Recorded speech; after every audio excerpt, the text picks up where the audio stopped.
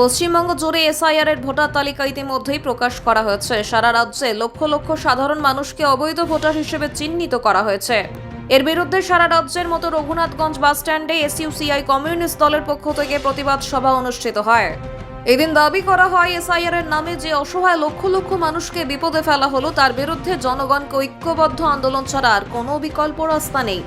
পাশাপাশি দাবি করা হয়, ভোটারদেরকে বিচারাধীন অবস্থায় রেখে দেওয়া হলো, কার্যত তাদেরকে অন্ধকারে ঠেলে দেওয়া হলো। এরই প্রতিবাদ জানিয়ে আগামী দিনে আন্দোলনকে তীব্র করার লক্ষ্যে আগামী 2 তারিখ সারা রাজ্যের বিভিন্ন ডিএম দফতর, এসডিও দফতরে বিক্ষোভ মিছিল সংগঠিত করার সিদ্ধান্ত নেওয়া হয়েছে দলের পক্ষ থেকে।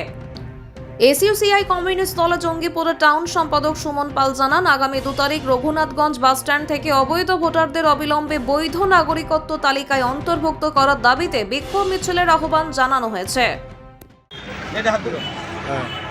কিসের কর্মসূচি করছেন আপনারা এখানে?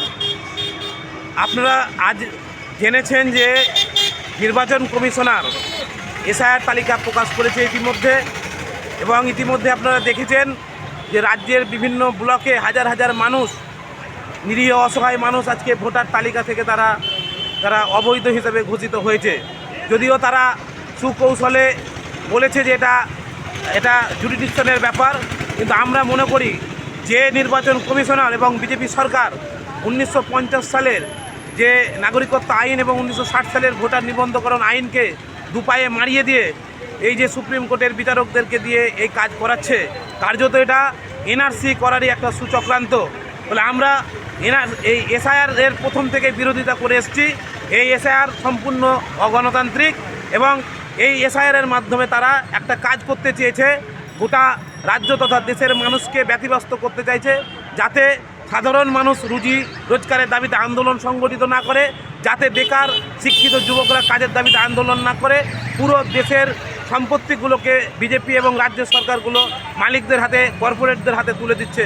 ফলে আমরা সর্বস্তরের নাগরিকের কাছে আবেদন করেছি, আসুন দলমত নির্বিশেষে দলীয় ঝান্ডা ফেলে দিয়ে এলাকায় এলাকায় গণকমিটি করে আন্দোলনকে তীব্র করতে এগিয়ে আসবেন।